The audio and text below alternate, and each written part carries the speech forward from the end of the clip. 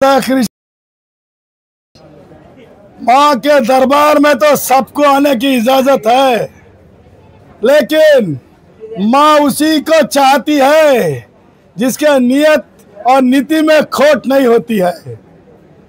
पत्रकारों से आके तो दो दो बातें कर गए हो, किसी का भी लेने नहीं देंगे और किसी का छीनने नहीं देंगे, लेकिन कानूनन तुम जानते हो, त्यांना माहित आहे की एखाद्या कायद्याच्या विरुद्ध जाऊन एखादा शासन निर्णय होऊ शकत नसतो। विखे पाटील, तुम्ही ज्या शासन निर्णयाला टिकू दे म्हणताय ते शासन निर्णय तुमच्या डिपार्टमेंटचा आहे का, तुमच्या विभागाचा आहे का, त्या विभागाचे तुम्ही मंत्री आहात का? आईच्या दरबारात येऊन तुम्ही समाज कल्याणनी काढलेल्या शासन निर्णयाला टिकू दे म्हणून गेलात, समाज कल्याणनी काढलेल्या शासन निर्णयाला टिकू दे म्हणून गेलात। मग तुम्हाला समाज कल्याण मंत्री म्हणून टिकला लागला असं समजू का?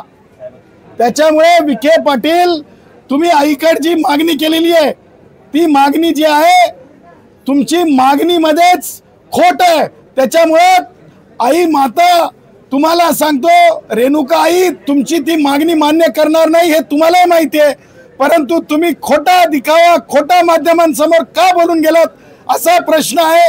परंतु एक लक्षात ठेवा, आईच्या दरबारामध्ये, रेणुका आईच्या दरबारामध्ये खोटा बोलल्याचे परिणाम फार अनिष्ट होत असतात, कारण हिंदूंचं हे जागृत देवस्थान आहे आणि ह्याच्या बाबतीमध्ये नक्की राधाकृष्ण विखे पाटील विचार करतील, याच्यात काही वेगळं नाही। कारण मी बोलल्याच्या नंतर ते नक्कीच विचार करतील, डंके की चोट पे त्यांना विचार करावा लागेल।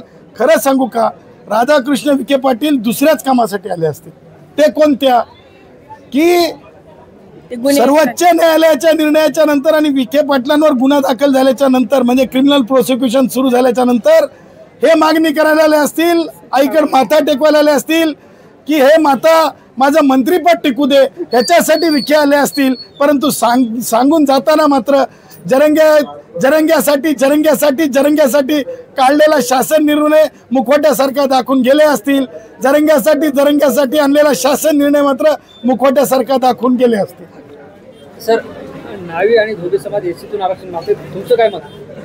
बघा, एक लक्षात घ्या, त्या विषयाचा माझा स्टडी आहे, जे महाराष्ट्रातले नोटिफाईड क्लास आहे त्याच्या बाबतीतला माझा स्टडी आहे।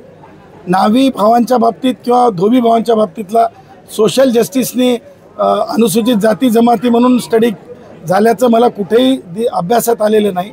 त्यामुळं ज्या गोष्टी अभ्यासात नाहीत, ज्ञानार्जनात नाहीत, त्या गोष्टींवर उगीचच आपलं कॉमेंट करणं योग्य नाही। त्यामुळं त्या दोन्ही जे तुम्ही विचारलं त्या बाबतीत